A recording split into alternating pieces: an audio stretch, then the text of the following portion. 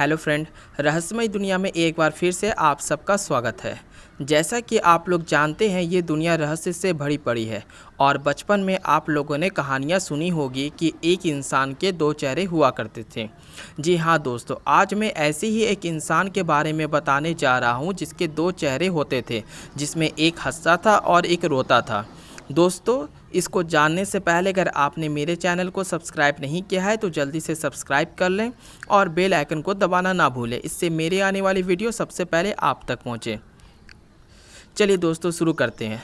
दुनिया के सबसे रहस्यमय इंसानों के थे दो चेहरे, एक हंसता था और दूसरा रोता था। 19वीं सदी में इंग्लैंड में एक ऐसा शख्स रहता था जिसके दो चेहरे थे। एक चेहरा आगे था और उसी से जुड़ा दूसरा चेहरा पीछे था। इस शख्स को देखकर लोग डर जाते थे। दो चेहरे होने के कारण उसे भी परेशानियां होती थी, पर कोई भी डॉक्टर इसकी इस समस्या का हल नहीं कर सका। दो चेहरे वाले इस शख्स का नाम था एडवर्ड मोड्राके। एक चेहरा सोता था, दूसरा जागता था। कहते हैं कि एडवर्ड जब भी सोने की कोशिश करता, उनका दूसरा चेहरा जागा रहता था और वो रात भर फुसफुसाते रहता था।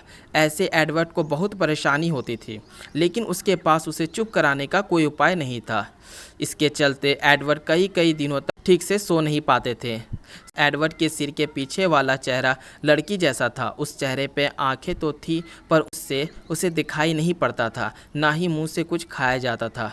आवाज़ भी निकलती थी, बस फुसफुसाने की। जब एडवर्ड परेशान होकर रोता था तब उसका दूसरा चेहरा हंसने लगता था। वही जब वह खुश होता था तो दूसरा चेहरा उसका मजाक उड़ाता था और चिढ़ाता था। एडवर्ड अपनी इस परेशानी को दूर करने के लिए डॉक्टर से भी मिले, लेकिन उनके पास इस समस्या का कोई समाधान नहीं था। डॉक्टर ने साफ कह दिया कि वो उनकी इस समस्या को दूर नहीं कर सकते। डॉक्टर की इस बात को जानकर एडवर्ड ने आत्महत्या कर ली। एडवर्ड की उम्र मात्र 37 साल थी। साल 1896 की मेडिकल इंसाइक्लोपीडिया में एडवर्ड की इस हालत का जिक्र हुआ था। दोस्तों, मेरी ये वीडियो कैसी लगी हो ये मुझे कमेंट सेक्शन में जाके बताएं, और अगर आप लोगों ने अभी तक मेरे चैनल को सब्सक्राइब नहीं किया है तो जल्दी से सब्सक्राइब कर लें और बेल आइकन को दबाना ना भूलें। गुड बाय दोस्तों, स्टे एट होम।